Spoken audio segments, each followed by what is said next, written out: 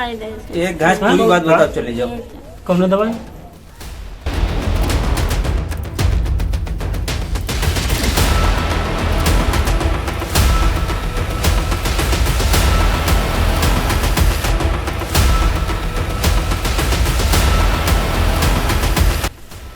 बस का है नहीं बताई दो जैसो तुम पर कोई अब हुई बस मार के न चलो वो अकेले कैसे मारा? पता नहीं न दारू पिए रहे। तो मार के चलो, वो गेट कहीं ना खोलो, का बुलाओ कहीं ने।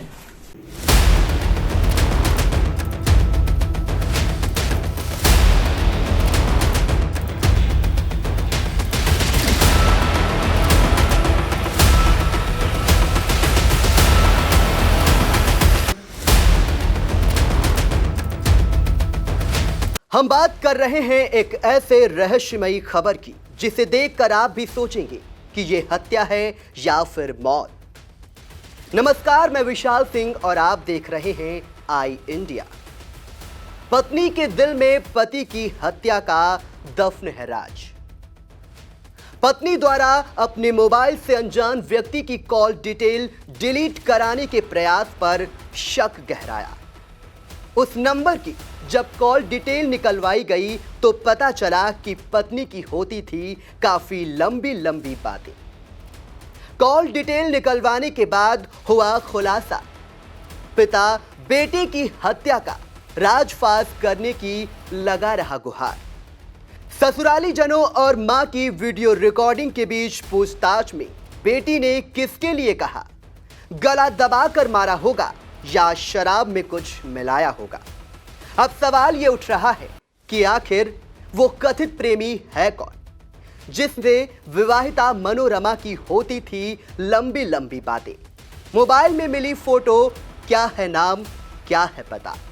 मिली फोटो और कॉल डिटेल के जरिए पुलिस उस तक आसानी से पहुंच सकती है, लेकिन फिर भी पुलिस की ऐसी कौन सी मजबूरी कि नामजद आरोपी से पूछताछ कर सच सामने नहीं ला रही और अज्ञात आरोपी की फोटो और मोबाइल नंबर होने के बावजूद उसका पता नहीं लगा रही। ऐसे तमाम साक्ष्यों को लेकर एक बदनसीब पिता अपने बेटे की मौत का सच जानने के लिए पुलिस अधिकारियों की ड्योढ़ी के चक्कर लगाने के बाद भी जब पुलिस ने एफआईआर तक नहीं लिखी, तब उसने कोर्ट का दरवाजा खटखटाया, जहां आदेश के बाद बहू और एक अज्ञात के विरुद्ध पुलिस ने एफआईआर तो दर्ज कर ली, लेकिन पुलिस ने कार्रवाई के नाम पर कुछ नहीं किया। अब पिता ने एसपी को प्रार्थना पत्र देकर विवेचना को स्थानांतरित करने की गुहार लगाई है। यह पूरा मामला है कोतवाली देहात इलाके के रामकृष्णपुरी मोहल्ले का, जहां के रहने वाले अवधेश कुमार नगर पंचायत पैतेपुर कार्यालय में बड़े बाबू के पद पर तैनात हैं। उनके द्वारा मुख्य न्यायिक मजिस्ट्रेट की कोर्ट से कोतवाली देहात में अपनी बहू मनोरमा देवी और उसके अज्ञात प्रेमी के विरुद्ध 5 नवंबर को हत्या की एफआईआर दर्ज कराई गई है, जिसमें कहा गया कि वो अपनी पत्नी और परिवार के लोगों के साथ अपनी माता के इलाज के लिए 22 सितंबर 2022 को लखनऊ में थे। घर में उनका बेटा रोहित और उनकी पत्नी मनोरमा थी। 22 सितंबर को ही रोहित के साले प्रदीप का फोन आया और कहा कि वो लोग तत्काल सीतापुर मकान पर आ जाएं। जब वो लोग मकान पर पहुंचे तो वहां पर उनका बेटा रोहित मृत मिला। रोहित की पत्नी ने जानकारी दी कि रात को खाना खाकर सोए थे, सुबह मृत अवस्था में मिले, जिस पर विश्वास कर स्वाभाविक मौत समझकर रोहित के शव को गांव ले जाकर दाह संस्कार कर दिया गया। दाह संस्कार के बाद मनोरमा को कुछ परेशान देखा और वो मोबाइल से एक नंबर की कॉल डिटेल को डिलीट करवाना चाहती थी। शक होने पर उस नंबर 7607-081-391 की कॉल को चेक किया तो उसमें इस नंबर पर काफी कॉलें मिली और मोबाइल में मनोरमा के कमरे के अंदर बैठा साथ में एक व्यक्ति की फोटो भी मिली, जिससे उसे शक हुआ और उसने मनोरमा के घर वालों से जब पूछताछ की तो काफी कुछ बातें सामने आई। पूछताछ के दौरान ही मनोरमा कहती है कि गला दबाकर मारा होगा या शराब में कुछ मिलाया होगा। खींच दवाई दे से। एक घास पूरी बात बताओ चले जाओ।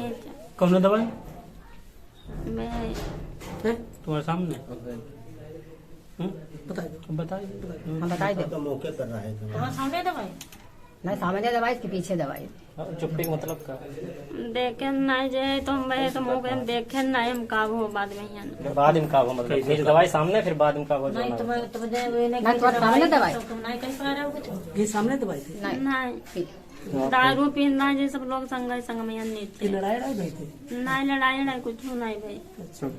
तो घींच तो इस तुम्हें कैसे पता दवाई चलो बीच पूरी दवाई घींच हम नहीं देखे रहे भाई तुमने कही घींच दवाई चलोगे घींच नहीं दारू में भले के कुछ बोले कि घींच नहीं बात बदल रही है बताए नहीं बताओ फोन देखो मुझे दावे कह रहे वो भाई जो करना है वो करो हाँ।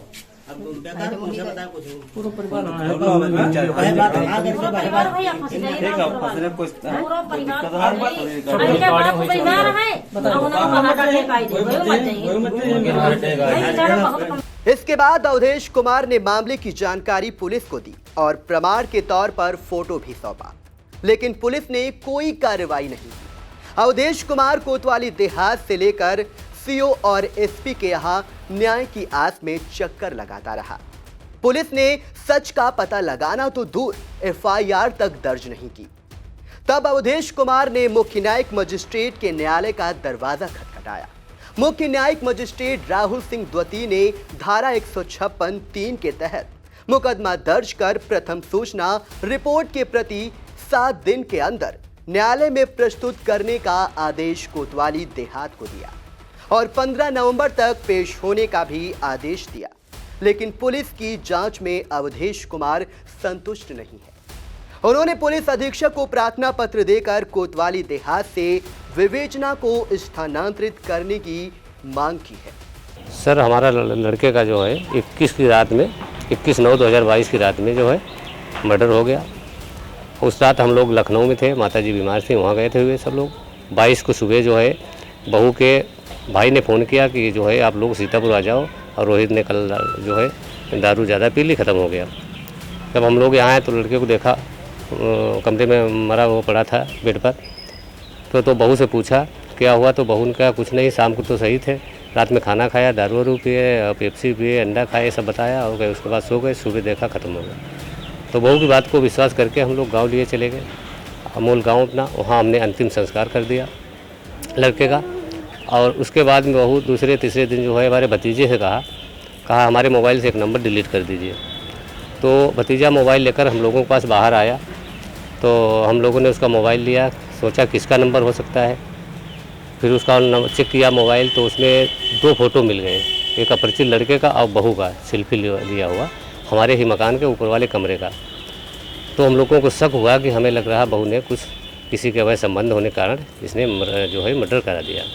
फिर बहू से उसके माता पिता और चाचा भाई सब लोग थे, हम लोग सब लोगों के सामने उससे पूछताछ की, तो उसने बताया कि हमने तो नहीं मारा, और उस लड़के ने दारू पिलाई और दारू पिला के बाद में उसको है मार दिया। और इसके बाद हम लोगों ने 26 को जो है एप्लीकेशन दिया कोतवाली में।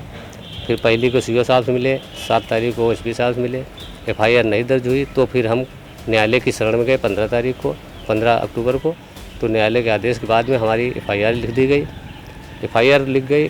और उसके बाद में अब विवेचना चल रही। एफआईआर लिखी, उसमें भी 22/9 की घटना के जगह पर 29/9 कर दिया गया। इस संबंध में एसपी साहब फिर पुनः मिले हैं 7 तारीख को, अभी 7 अक्टूबर को। और तो अब उसके लिए कि हमने कहा सर हमारी विवेचना कहीं दूसरी जगह से करा दी जाए, कोतवाली देहात भरोसा नहीं है, इसलिए हमने कहा। तो उन्होंने भी आश्वासन दिया। अब जांच विवेचना चल रही है सर। तो हम यही अब चाह रहे हैं शासन प्रशासन से कि हमें जो है सच्चाई हमारे सामने आ जाए, हमारा जो केस हुआ उसकी निष्पक्ष जांच कर दी जाए, यही हमें उम्मीद है शासन से। यही मोहल्ला रामकृष्णपुरी सीतापुर का है सर। थाना कोतवाली देहात सीतापुर। आपका नाम? हमारा नाम अवधेश कुमार। कितने साल हुआ था शादी को? शादी को 11-12 साल हो गए थे, 2011 में हुई थी। क्या नाम था आपके लड़के का? रोहित वर्मा। क्या उम्र थी? वही 32 साल लगभग। इस खबर पर आपकी क्या राय है, हमें कमेंट बॉक्स में जरूर लिखिए।